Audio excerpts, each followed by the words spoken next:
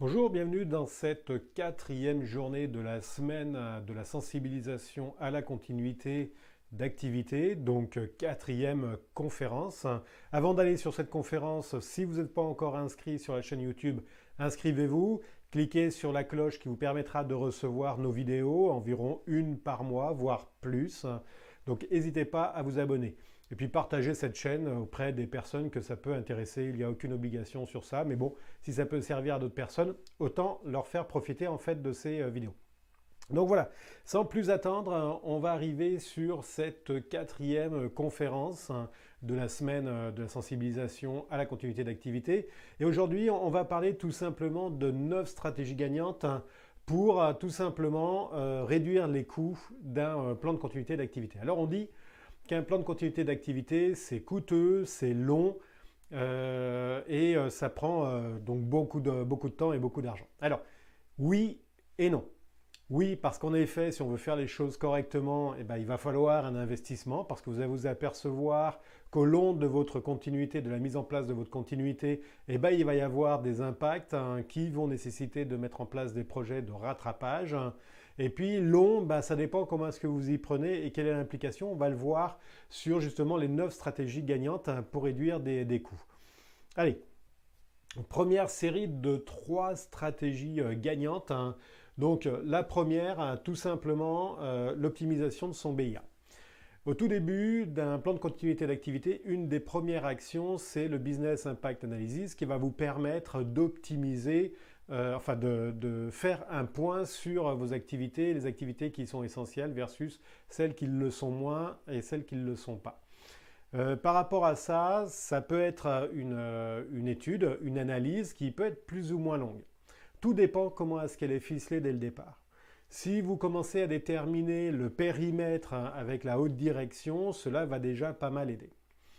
Donc ce BIA, c'est la base de tout ce qui va être plan de continuité qui va permettre en fait de mettre les procédures autour, les stratégies que l'on va mettre, etc. Le BIA, c'est vraiment la première pierre d'un projet qui est beaucoup plus grand et beaucoup plus vaste. Il y a quelques années de ça en France, avec un associé, on a revisité cette notion de Business Impact Analysis pour le rendre beaucoup plus efficient, beaucoup plus économique, beaucoup plus rapide à réaliser et surtout, puisqu'on est en face de personnes qui connaissent leur métier, eh ben, on a la capacité à partir du BIA de commencer à faire dès la base du BIA, dès cette première brique, des noyaux, des bases de procédures. Donc, si vous le souhaitez, contactez-nous, on vous expliquera plus en détail par rapport à ce cheminement du BIA, mais on a optimisé pour réduire les coûts et la durée. Dans le BIA, le fait aussi de pouvoir bien se concentrer sur ce que l'on veut, les services donc essentiels, mais aussi quels sont les risques que l'on veut traiter. Alors, deux écoles à ça. Il y a des écoles qui vont aller plus chercher les risques, etc. Tandis que nous, on est beaucoup plus sur les conséquences en fait d'un sinistre. Et on se base, dans le cadre du BIA, sur trois principales conséquences d'un impact, d'un sinistre, d'une indisponibilité. La première conséquence, c'est que vous perdez en fait vos bureaux, vos locaux sur lesquels vous hébergez votre personnel. Deuxième conséquence, vous pouvez perdre votre informatique. Alors, soit perdre matériellement votre informatique ou alors l'indisponibilité de vos données. C'est ce qu'on appelle un sinistre informatique dans le sens large, destruction des serveurs, destruction ou inaccessibilité des données. Et puis la troisième catégorie, cette partie d'indisponibilité, cette troisième indisponibilité, c'est l'indisponibilité des personnes clés. Dans notre entreprise, dans nos entreprises, et certainement chez vous aussi, vous avez des personnes clés, des personnes qui ont l'historique de l'entreprise ou alors qui ont une spécificité, une qualification très particulière. Ce sont des personnes clés par essence parce qu'elles ont la maîtrise d'un sujet qui est assez peu connu des autres personnes qui l'entourent, voire pas du tout. Et ça, c'est un risque à part entière. Donc, trois indisponibilités sur lesquelles on va travailler dans le Business Impact Analysis. Indisponibilité des bureaux, des locaux de travaux, indisponibilité de l'informatique et indisponibilité des personnes clés. Bien évidemment, dans 90% des entreprises que j'ai pu aller visiter, avec lesquelles j'ai pu travailler, avec lesquelles j'ai mis des plans de continuité d'activité, l'informatique, enfin les personnels se trouvent dans la même localisation que l'informatique et forcément les personnes clés sont aussi intégrées là-dedans. Voire, ça va encore plus loin que ça, les personnes qui s'occupent de la continuité d'activité sont aussi dans le même bâtiment. Un choc brutal sur le bâtiment, vous perdez vos bureaux. À la rigueur, ça c'est assez simple à retrouver, des bureaux. Vous perdez votre informatique. Là, ça commence à complexifier en fait votre retour à la normale. Et vous perdez des personnes clés qui sont là pour justement soit relever, soit maintenir la continuité, soit reprendre l'informatique. Et donc si ces trois indisponibilités, ces trois types d'impact sont dans le même bâtiment, ben vous perdez en fait votre entreprise quelque part. C'est le même principe que si vous mettiez tous les œufs dans le même panier et puis que le panier tombe par terre, vous cassez le panier, les œufs qui sont dedans et ça peut être dramatique pour votre entreprise. Donc cette notion de BIA va vous permettre de déterminer les impacts de la perte d'une activité ou de la perte de plusieurs activités et donc l'impact sur la bonne marge de votre entreprise et sur la résilience de votre entreprise. Donc cette notion d'optimisation de son BIA, c'est très très important et c'est vraiment une base le BIA qu'il ne faut pas négliger. Ça va vraiment vous permettre de faciliter la suite et de vous économiser du temps et de l'argent par la suite. Alors, deuxième stratégie gagnante, hein, s'adapter aux nouvelles technologies. Très souvent dans les entreprises que j'ai pu croiser, certaines ont de l'obsolescence dans leurs serveurs, dans leur système informatique. Alors ça, c'est dramatique hein, pour plusieurs raisons. Si vous avez des serveurs qui sont très anciens en termes de maintenance, eh ben, c'est très coûteux. Mais sans compter que si vous êtes sinistré, les serveurs vieux de 10 ans, très peu probable que vous puissiez en retrouver pour remplacer vos serveurs qui sont détruits. Les logiciels, c'est exactement la même chose. Si on a des logiciels qui sont anciens, en termes de maintenance, c'est très coûteux, voire c'est carrément plus maintenu, voire la société a disparu. Donc ça, ces points-là amènent à faire attention à la technologie, à faire en sorte qu'on ne tombe pas dans une obsolescence qui mettrait en péril votre entreprise. Cette clé est importante, hein, cette stratégie gagnante de changer, de faire évoluer votre informatique, hein, de faire évoluer vos applications est très importante hein, parce que ça permet d'avoir toujours la dernière version ou la version la plus récente qui est en plus de ça plus sécurisée par rapport aux attaques de hackers hein, ou des attaques extérieures. Donc ça c'est une chose du côté de l'informatique. Et puis de s'adapter aux nouvelles technologies en utilisant aussi des solutions telles que l'info nuagique, j'en ai parlé dans les conférences précédentes. Hein. Alors l'info nuagique, c'est bien de s'adapter à ça, mais attention de ne pas perdre votre souveraineté. Si vous mettez vos données, votre informatique en sous-traitance à l'extérieur, soyez bien sûr que vis-à-vis du sous-traitant, vous n'ayez pas de rupture de continuité, que celui-ci soit résilient, que celui-ci soit vraiment solide, parce que si lui subit un sinistre, par conséquence, vous allez subir un sinistre et ça va être un dégât collatéral de votre fournisseur infonuagique par exemple. C'est arrivé dernièrement, j'en ai parlé dans une vidéo précédente, c'est Azure me semble-t-il, qui a eu un problème d'accessibilité sur ces environnements et les clients qui étaient chez eux n'ont pas pu travailler pendant une journée. Donc attention à ça, à la souveraineté de vos données. Donc évoluez, avancez, adaptez-vous aux nouvelles technologies, oui, et je vous conseille fortement parce que ça c'est vraiment une stratégie gagnante qui va vous faire économiser de l'argent aussi. Mais attention où vous mettez les pieds, prenez quand même toutes les garanties. Autre nouvelle technologie, mais qui n'est pas vraiment une nouvelle technologie, ça fait quand même un paquet d'années que ça existe, plus d'une vingtaine d'années, c'est tout ce qui est les machines virtuelles. Avant, on avait beaucoup de machines physiques, ça prenait un espace énorme dans les data centers, ça coûtait très cher, et maintenant, on utilise des machines virtuelles que l'on met dans des gros serveurs, et ces machines virtuelles permettent un paquet de choses, et en termes de sécurité, on peut les déplacer en termes de continuité. Il y a des outils qui permettent sur des serveurs bien spécifiques, vraiment essentiels, clés, d'avoir une copie en temps réel sur un autre site qui vous permet tout simplement de pouvoir, en cas de sinistre du premier site, avoir un deuxième site sur lequel vous pouvez redémarrer. Ces avantages sont importants, mais les inconvénients, il faut bien en prendre connaissance. Les serveurs, par exemple ferme VMware, il y en a d'autres, regroupent énormément de machines virtuelles. Si cette ferme VMware vient à être détruite, ce n'est pas un seul serveur que vous allez perdre, mais ça peut être une dizaine, une quinzaine, une vingtaine, une centaine de serveurs virtuels qui étaient là-dedans. Donc là aussi, il faut bien faire attention. C'est le même principe que de mettre tous ses œufs dans le même panier. Faites attention comment est-ce que vous répartissez vos données. Donc, s'adapter à la nouvelle technologie, faites-le. Vous allez gagner du temps, de l'argent et vous allez vous sécuriser beaucoup plus par rapport à ça. Mais faites-le intelligemment parce qu'il peut y avoir des contre-coups. Et ce serait dommage que ces contre-coups vous génèrent une baisse de votre résilience ou vous impactent dans votre capacité de continuité. Donc, s'adapter aux technologies, important. On gagne aussi de l'argent là-dedans et c'est très intéressant pour le reste. Sans compter qu'en plus de ça, les spécialistes suivent les technologies. Donc, si on est avec une technologie ancienne, c'est de plus en plus compliqué, beaucoup plus compliqué de trouver en fait des spécialistes rattachés à cette technologie. Répartition des actifs. Alors ça, c'est vraiment très très intéressant au niveau de la répartition des actifs.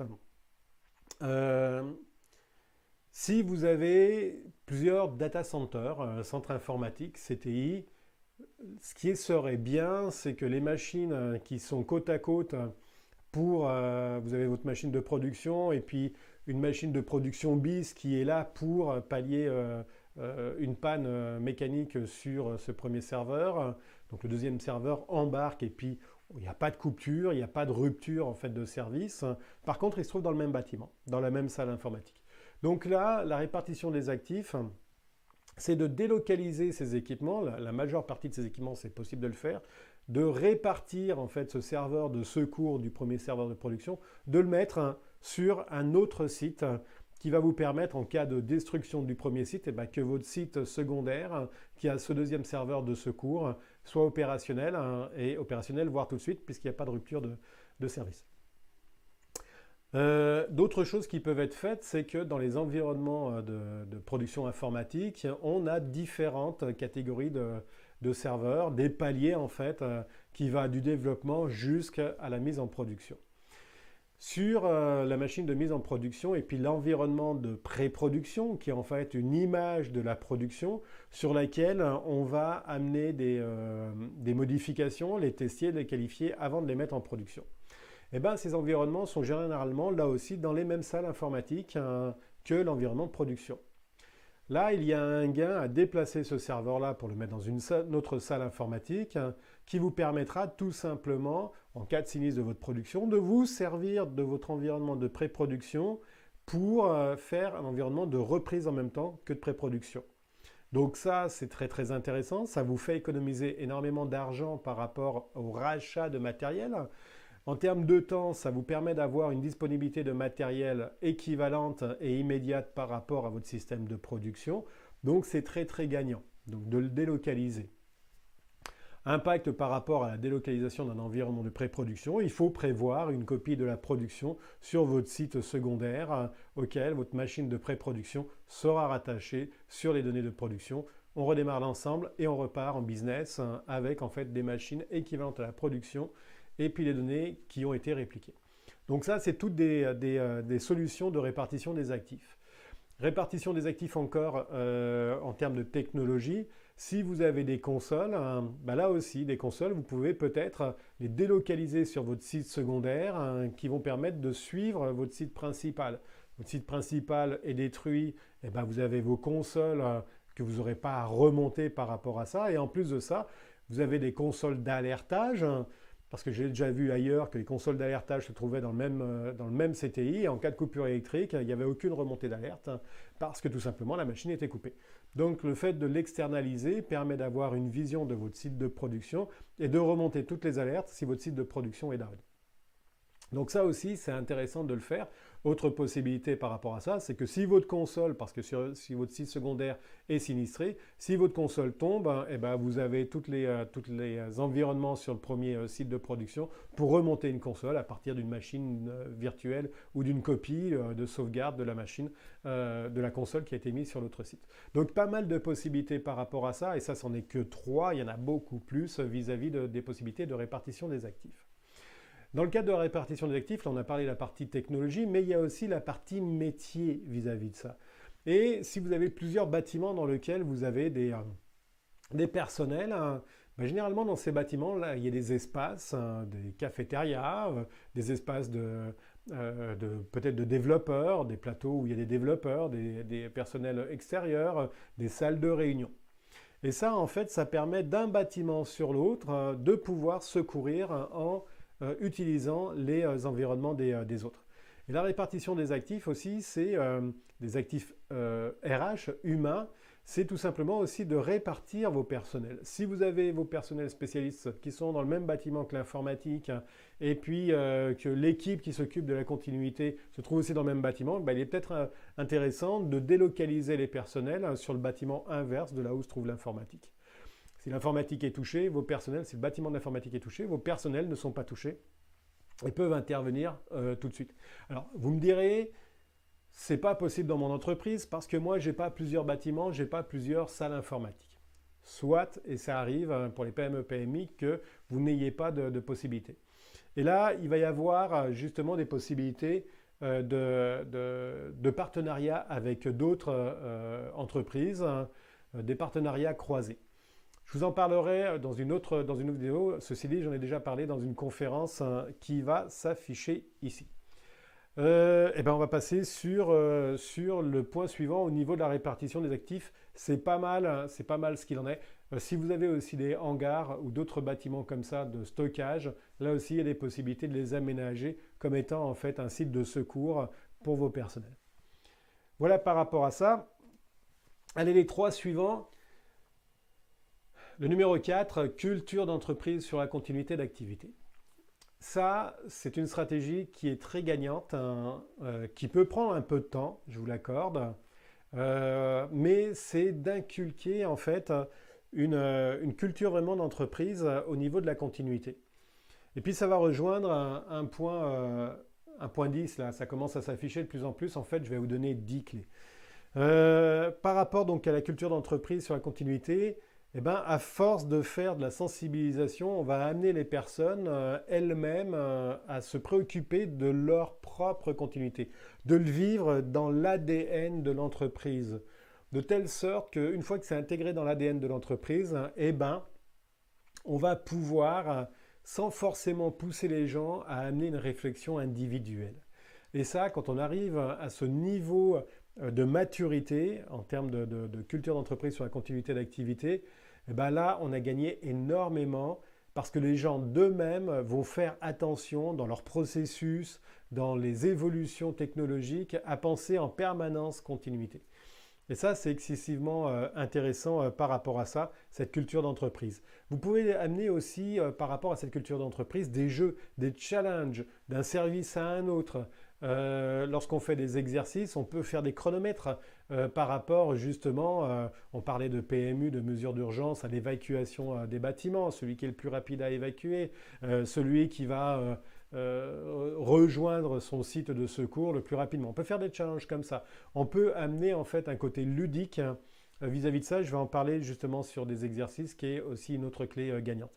Donc culture d'entreprise, à force de mutualiser, de parler de résilience dans votre entreprise, d'amener cette notion de résilience qui n'est pas seulement utile pour la continuité d'activité, mais aussi pour la progression à long terme de l'entreprise, pour faire face à de la concurrence, pour faire face à des nouveaux marchés. La résilience est un tout. J'en ai parlé dans une conférence. Communication de sensibilisation. Ben justement, communication et sensibilisation. Cette notion de sensibilisation, je vous en ai un petit peu parlé sur le point numéro 4. Et cette notion de communication, c'est aussi très gagnant. C'est une stratégie qui est gagnante, et gagnante à plusieurs niveaux. Si on fait de la communication sur notre plan de continuité, sur la maturité de notre plan de continuité, eh ben, ça peut être un rayonnement par rapport à vos salariés, à vos personnels, mais un rayonnement par rapport aussi à vos clients, à vos fournisseurs, à vos partenaires. Là-dessus, il y a pas mal de sociétés qui ne veulent pas particulièrement communiquer sur leur plan de continuité, dire qu'ils ont un plan de continuité, etc. Parce qu'il y a une connotation en disant ouais, mais si j'ai un plan de continuité, c'est que j'ai des risques et c'est pas forcément très vendeur.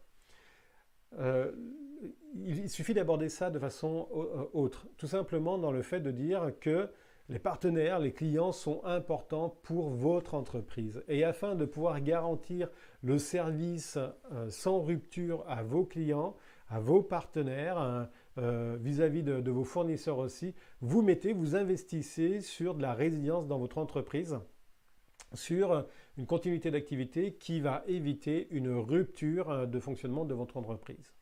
Quand on aborde sous cette forme-là, la continuité d'activité devient un avantage, devient une force par rapport en fait à vos concurrents.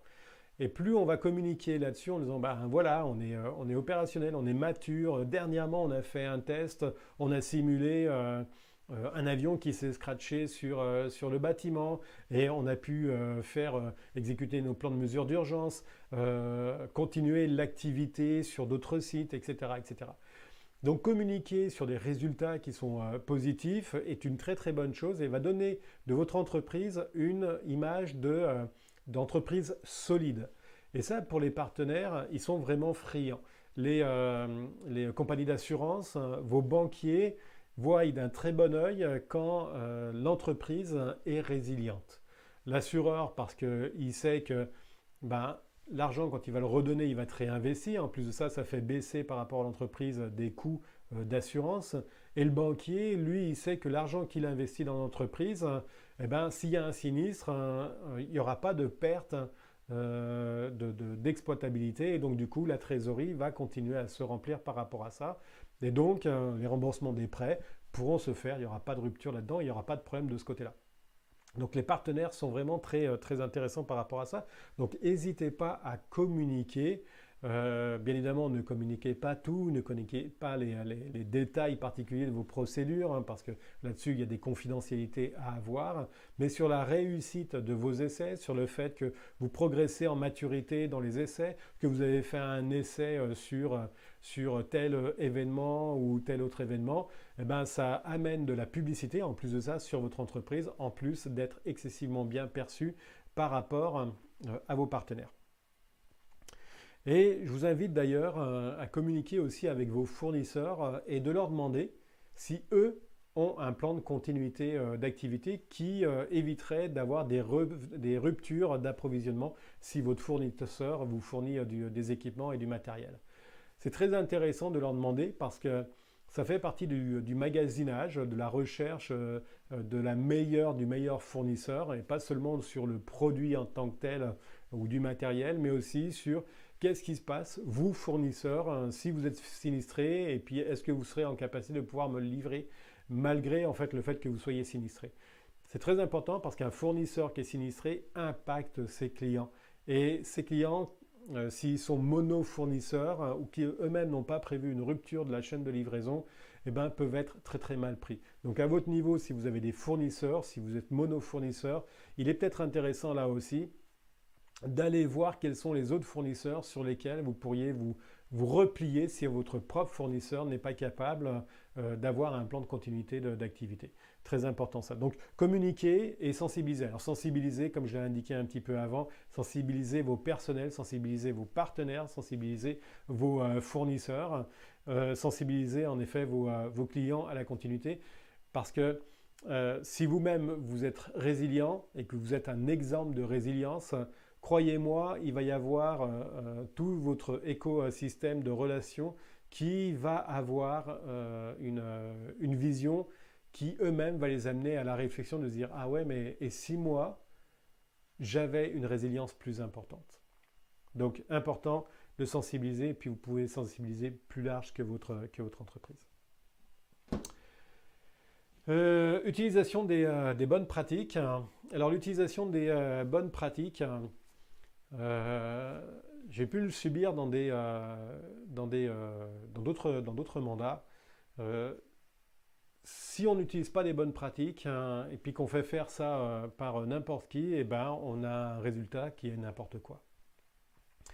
Les bonnes pratiques, hein, c'est utiliser, nous on est au niveau de crise et résilience, on est certifié ISO 22301, qui est en fait la certification pour la continuité et la résilience.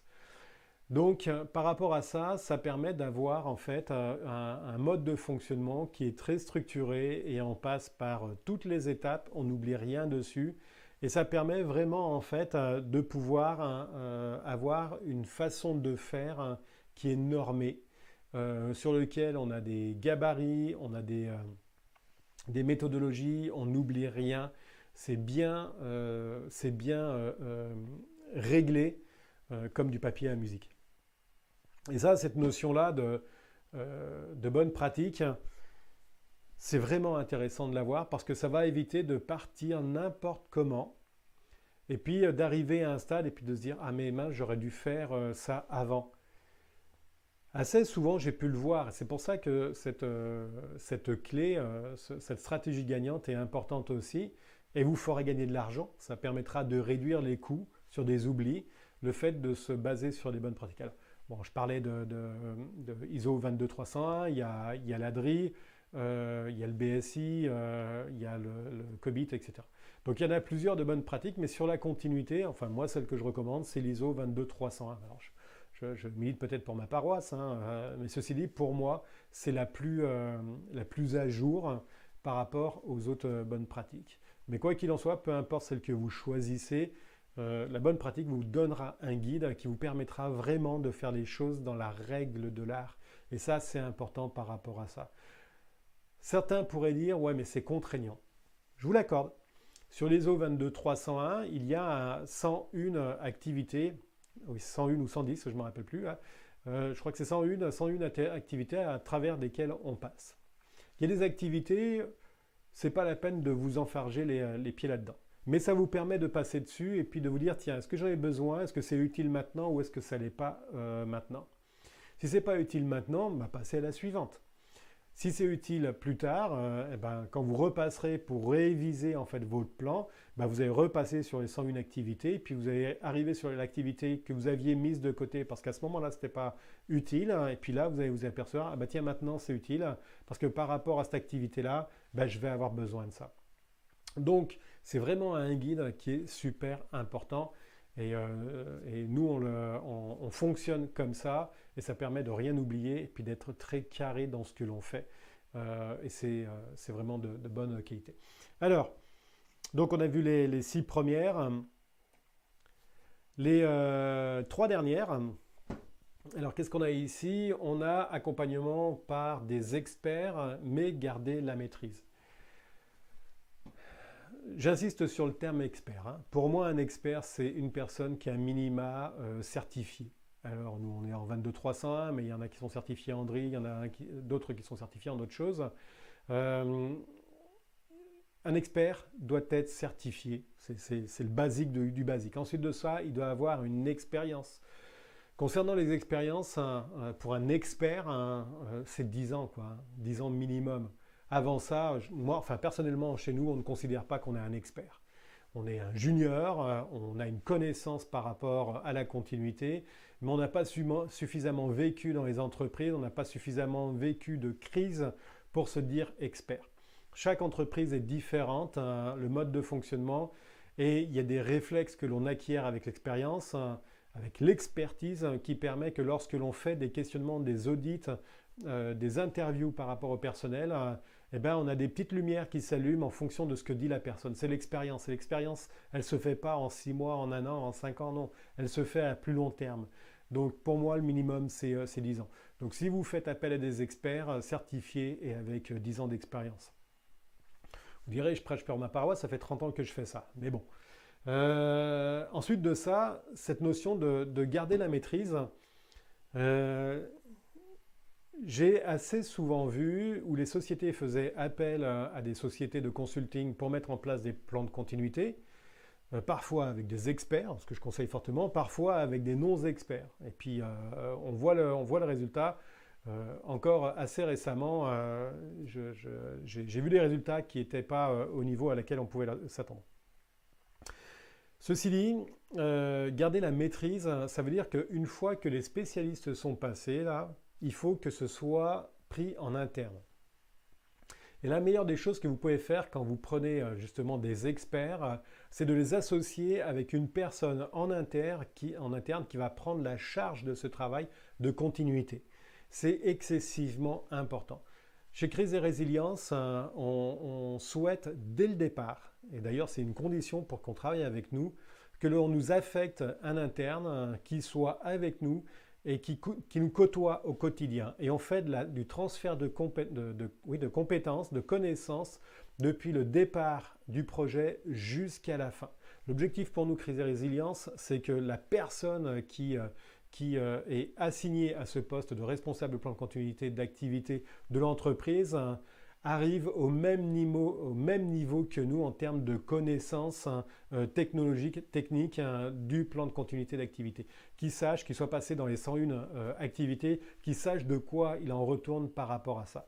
C'est excessivement important parce que nous, consultants, on va partir et en fait, vous allez rester avec une quantité de documents qu'il va falloir maintenir par rapport à ça.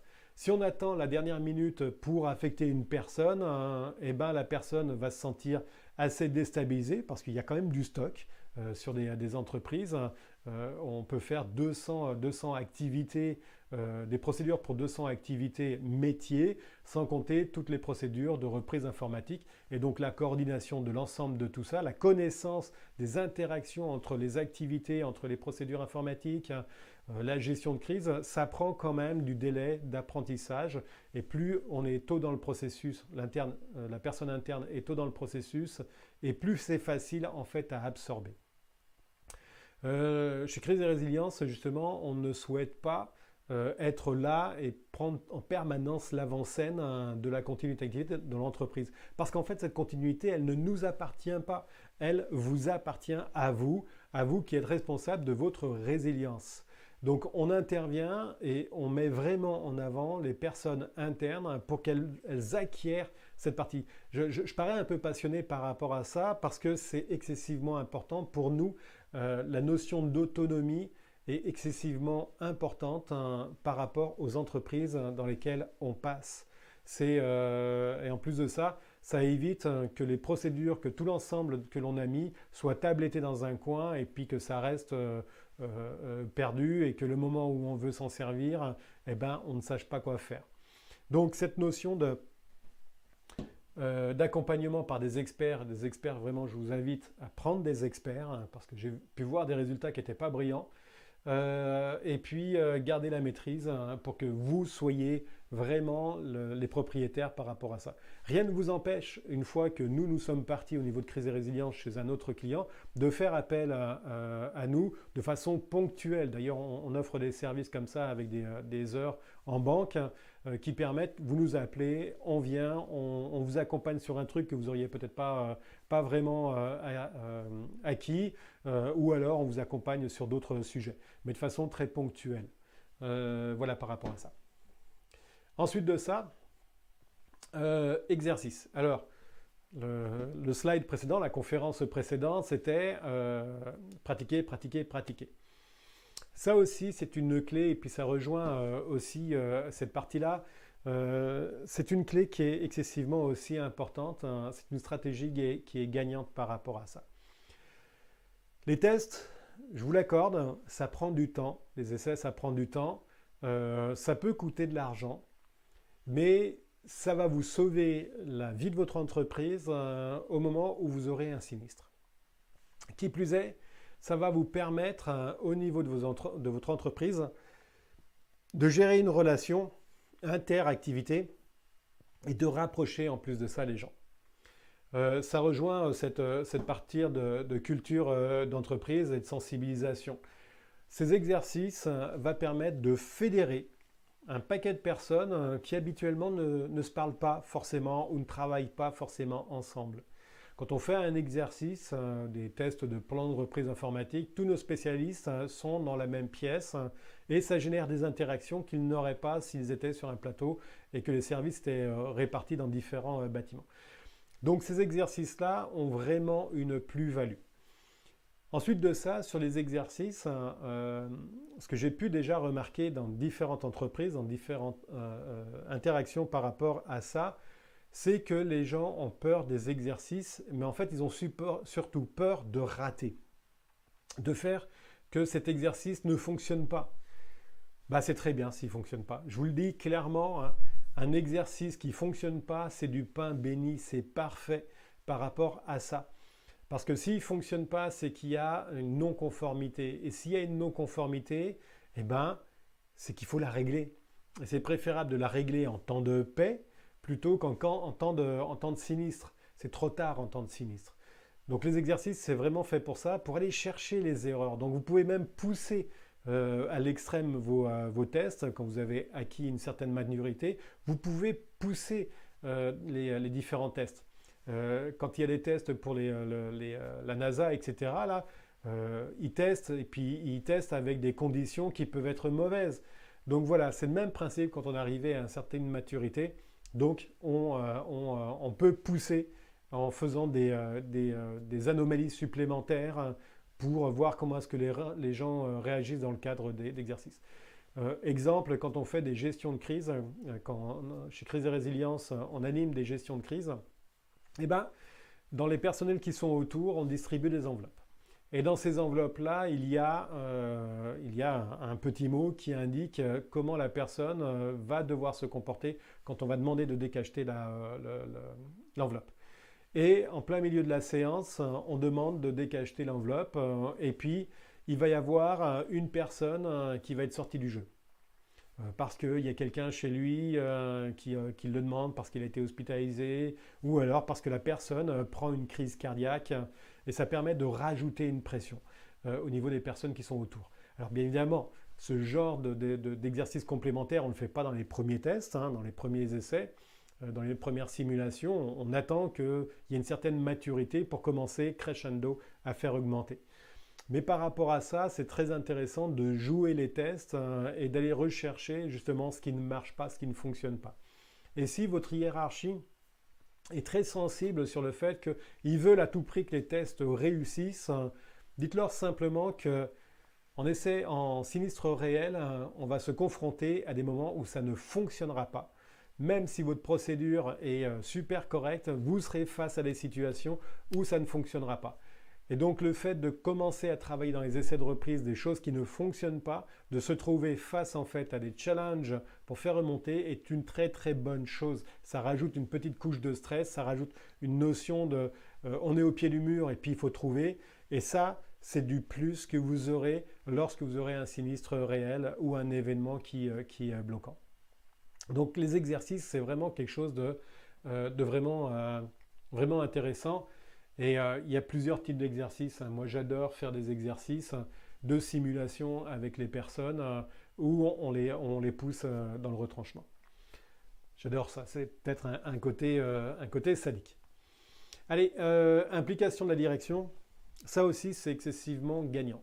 Assez souvent dans les entreprises, et notamment dans les entreprises qui ne sont pas privées, on peut se retrouver face à une haute direction qui respecte des réglementations et qui est contrainte à mettre en place des plans de continuité d'activité. Si la haute direction n'est pas sensibilisée à l'intérêt de mettre un plan de continuité d'activité et puis qu'elle voit ça comme étant une contrainte de plus par rapport à tout ce qu'elle a à faire, on va avoir beaucoup de difficultés à amener un plan de continuité à maturité.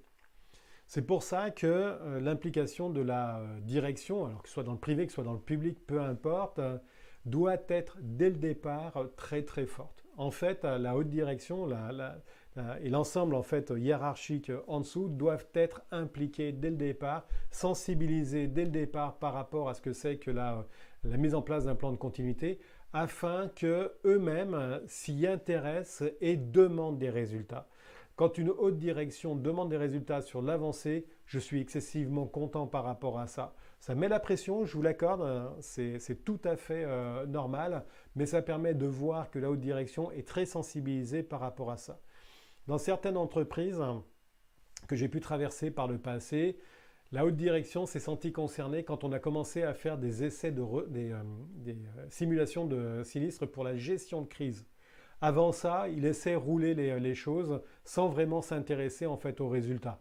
Il payait une boîte de consultants qui faisait les choses et au moment où on les a mis devant le fait accompli sur la gestion de crise, ils ont ouvert des yeux comme ça parce que quand on a fait des simulations, on les a mis dans la pratique, dans le réel.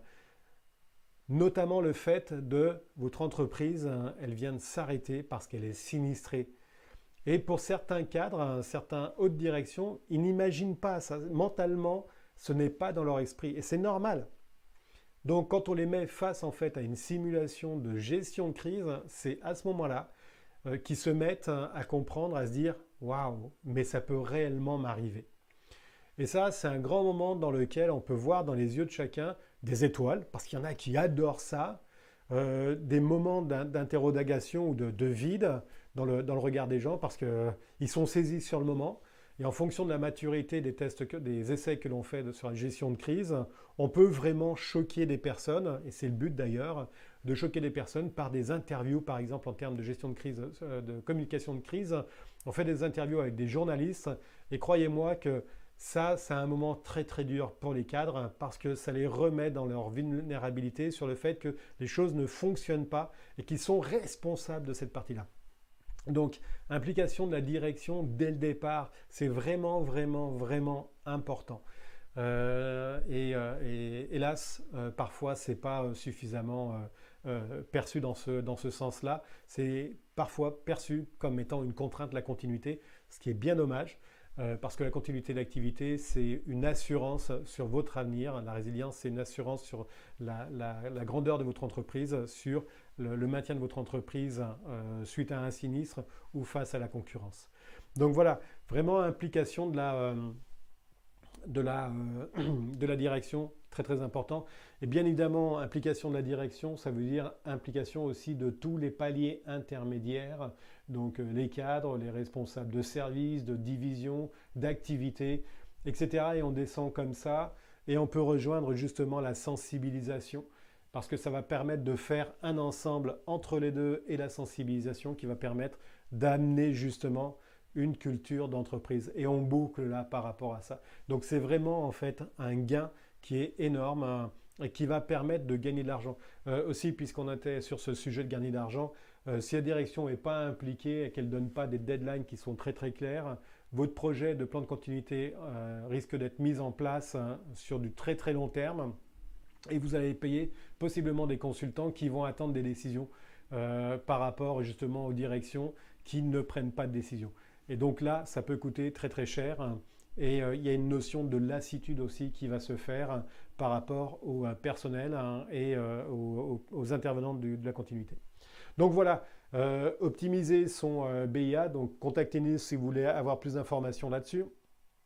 Adaptez-vous aux nouvelles technologies, mais attention à ne pas perdre votre souveraineté par rapport à ces nouvelles technologies. Répartissez vos actifs dans la mesure du possible. Culture d'entreprise, faites venir la continuité au niveau de l'ADN de votre entreprise. Vous allez gagner énormément de temps par rapport à ça. Communication et sensibilisation, n'hésitez pas à communiquer auprès de vos partenaires et de vos clients. Utilisez les bonnes pratiques, hyper important, ça évitera de partir n'importe comment par rapport à ça. Faites-vous accompagner par des experts, mais gardez le contrôle en fait de tout ça parce que c'est vous en fait les propriétaires de votre plan de continuité. C'est vous qui allez avoir à l'exécuter au moment d'un sinistre. Exercice, éclatez-vous par rapport à ça, amusez-vous, gagnez en maturité et n'ayez pas peur de faire des erreurs. C'est certainement la meilleure des choses qui puissent vous arriver lorsque vous faites un exercice, c'est de faire des erreurs. Pas n'importe comment, on s'entend, si c'est l'organisation de tout ça qui est merdique, il va falloir vous reprendre, mais si vous faites des erreurs parce que tout simplement il y a eu des changements et que vous faites ressortir des non-conformités, c'est parfait comme ça et je vous invite vraiment, plus vous en trouvez, moins ça sera comme problème en cas de sinistre réel. Et puis implication de la direction, j'insiste vraiment là-dessus parce que c'est du haut de la hiérarchie et ça descend jusqu'en bas par rapport à ça. J'avais mis un 10e point. pensez résilience. Si j'ai bien un conseil à vous donner par rapport à ça, qui va vous faire gagner beaucoup de temps et d'argent et puis surtout vous permettre d'être vivant face en fait à un sinistre, c'est de penser résilience. Penser résilience matin, midi et soir, en mangeant, etc. Enfin, il ne faut pas que ça devienne non plus une obsession, on s'entend. Mais ça veut dire quoi, penser résilience? C'est que dès que vous allez lancer une nouvelle activité, un nouveau projet, un nouveau partenariat, une recherche de fournisseurs, pensez résilience. Si je prends un nouveau fournisseur, est-ce que ce fournisseur-là est résilient? Est-ce que lui-même, s'il vient à être en rupture, en rupture de continuité, quel est l'impact sur moi? Si il me livre du matériel et puis que son usine est détruite et qu'il ne peut plus me livrer du matériel, c'est quoi l'impact que j'ai sur moi? Ah, peut-être qu'il va falloir que je prenne un deuxième en fait, fournisseur équivalent et puis que je fasse des commandes mutuellement chez l'un et chez l'autre. Donc vraiment penser résilience quand vous avez un nouveau projet informatique à mettre en place, plutôt que de mettre les mêmes œufs, enfin tous les œufs dans le même panier, c'est-à-dire votre environnement de production, votre environnement de pré-production dans le même bâtiment, pensez tout de suite à sortir cet environnement de pré-production sur un autre site, permettant en fait une résilience matérielle par rapport à ça. Pensez résilience sur vos activités métiers. Sur vos activités métiers, vos personnels, ils ont besoin d'être résilients. Votre activité métier pour les activités essentielles ont besoin d'être résilientes.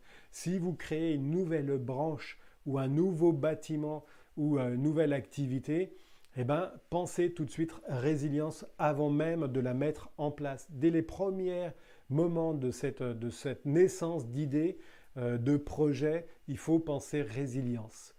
Pourquoi est-ce que j'insiste là-dessus? Parce que si vous pensez résilience tout de suite, quand vous allez mettre en place votre projet, vous allez penser à la partie production et à la partie continuité.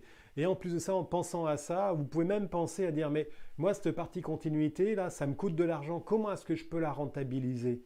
Et vous allez voir, qu'en vous posant ces bonnes questions, vous allez avoir un certain nombre de réponses qui vont vous permettre de pouvoir faire des économies sur quelque chose qui est coûteux, mais en même temps d'augmenter votre résilience par rapport à ça. Et si vous êtes en permanence résilience, vous allez rentrer dans un modèle de pensée qui va vous permettre aussi, sur du plus long terme, dans votre mode de fonctionnement au quotidien, sans même créer d'autres activités, etc., d'être résilient. Rien que quand vous allez rentrer dans votre entreprise, vous allez voir toutes les choses qui peuvent ne pas marcher et qui risquent de faire une rupture de votre résilience. Ça devient intrinsèque et ça va même plus loin que ça par rapport à ça. Ça va même aller sur votre vie personnelle, d'être résilient. Parce que là aussi, on parlait beaucoup d'entreprises, mais sur votre vie personnelle, la notion de résilience est aussi importante. Sur la résilience de vos personnels aussi, de vos collaborateurs, si eux-mêmes sont résilients, ça va permettre peut-être de vous faciliter en cas de sinistre un peu plus large que votre entreprise, vous permettre d'avoir une résilience plus large que votre entreprise. Donc là aussi, pensez résilience, c'est un mode de vie. Nous, au niveau de crise et résilience, on est là-dedans en permanence, donc on a une vision très claire par rapport à ça, et ça devient instinctif vis-à-vis de ça. Et en plus, la notion de résilience, en fait, quand je dis ça devient instinctif, on l'a déjà instinctivement en nous. Je prenais un exemple sur une des conférences que j'avais fait, pas les 4 dernières, mais une autre, sur le fait que quand vous prenez votre véhicule le matin, si vous tombez en panne, immédiatement vous avez cette pensée qui vous dit ok tiens il va falloir que je prenne ça, ou alors sur la route qui est bouchée, tiens je prends un autre chemin. Instinctivement en fait on a des élans de résilience par rapport à ça, mais de le cultiver, de penser résilience matin, midi et soir, ça vous amène en fait instinctivement à être beaucoup plus à l'affût de tout ce qui peut vous permettre d'être résilient. Voilà, ça c'était la dixième clé. Ça va terminer notre conférence, notre 4e conférence sur cette semaine de la continuité, de sa sensibilisation de la continuité. Donc moi j'ai eu beaucoup de plaisir à faire ces 4 résiliences. J'espère que vous avez eu autant de plaisir de les regarder que moi de les faire. Si celles-ci vous ont intéressé, ben, partagez-les, ça peut être intéressant pour des collègues à vous ou pour d'autres personnes. Et si vous souhaitez vous abonner, ben, voilà, il suffit de vous abonner sur la chaîne YouTube, mettre la petite cloche pour être informé. Nous, mensuellement, on fait sortir une vidéo sur un thème particulier. Donc si vous voulez marquer des commentaires en dessous sur les 4 vidéos que vous avez pu voir, hein, et puis sur des nouveaux thèmes que vous souhaiteriez voir, marquez-les en dessous. Moi, ça me fait plaisir vraiment de les faire, de les tourner. J'adore en fait faire ça. Donc n'hésitez pas à marquer. Toutes les vidéos que vous avez pu voir, les conférences que vous avez pu voir, c'est des extractions en fait des formations que l'on donne. Et on a une particularité par rapport aux formations, c'est qu'on fait des formations qui peuvent être très très personnalisées et c'est des formations qui peuvent être très courtes dans le temps.